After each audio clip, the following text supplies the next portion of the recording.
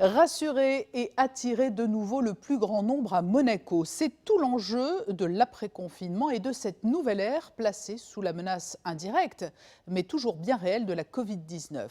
Pour garantir aux visiteurs des conditions d'accueil optimales, un label vient d'être lancé, le label Monaco Safe. Il sera proposé à tous les lieux accueillant du public. Déborah Ousmane, bonsoir. Bonsoir.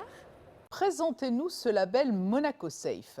Alors, le label Monaco Safe a été créé pour rassurer le consommateur, mais également les professionnels du secteur alimentaire, touristique, hôtelier et leur personnel. Alors, comment peut-on rassurer le public? Quelles seront les exigences de ce label? Alors, les exigences du label sont celles posées par les arrêtés ministériels et les décisions ministérielles qui ont été prises dans le cadre des mesures Covid.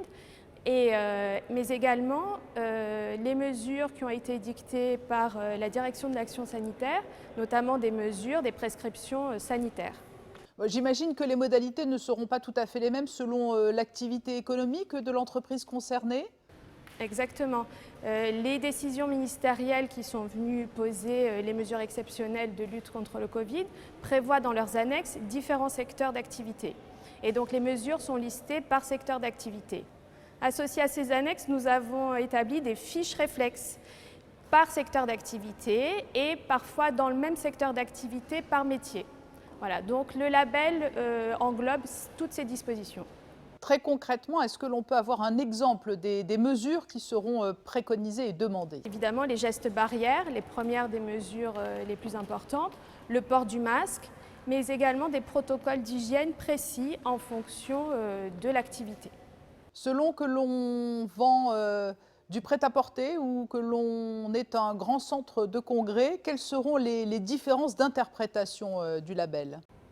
La fréquentation de l'établissement, évidemment, dans un magasin de prêt-à-porter, c'est plus petit. Dans un centre de conférence, on est dans une autre configuration. L'essayage des habits, il y aura des protocoles associés à la désinfection des habits. Et puis dans un centre de conférence, il y aura l'espacement des personnes, les pauses café qui seront réorganisées, les déjeuners. Aujourd'hui marque le lancement officiel du label, mais quand sera-t-il opérationnel? Très rapidement? Ah oui, tout de suite. Donc nous, on est prêts, le Welcome Office est prêt et la direction de l'action sanitaire est prête. On a renforcé nos équipes pour ça et on est à disposition. Donc le délai de temps dépendra de la mise en œuvre par les entreprises concernées des mesures demandées. C'est cela, oui. Quelles démarches les entrepreneurs devront-ils mettre en œuvre pour obtenir le label? Alors c'est une démarche dématérialisée. Il faut se rendre sur le site du gouvernement. Donc gouv.mc, vous allez dans l'espace entreprise. Dans l'espace entreprise, il y a un onglet Covid-19 et dans cet onglet, vous avez demandé le label. Ou plus simplement, aller sur un moteur de recherche comme Google et taper label Monaco Safe. Qui dit label dit mesures à mettre en œuvre. Je suppose qu'il y aura aussi un suivi rigoureux ensuite pour les détenteurs du label? Bien sûr. Donc le label, soit il est obtenu d'office, et soit il est refusé, mais dès lors que vous l'obtenez, par la suite, il y a une visite inopinée des services de la direction de l'action sanitaire.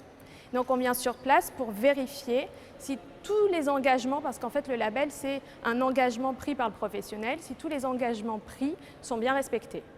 Et à partir de ce moment-là, soit on confirme le label, soit on l'infirme et on le retire.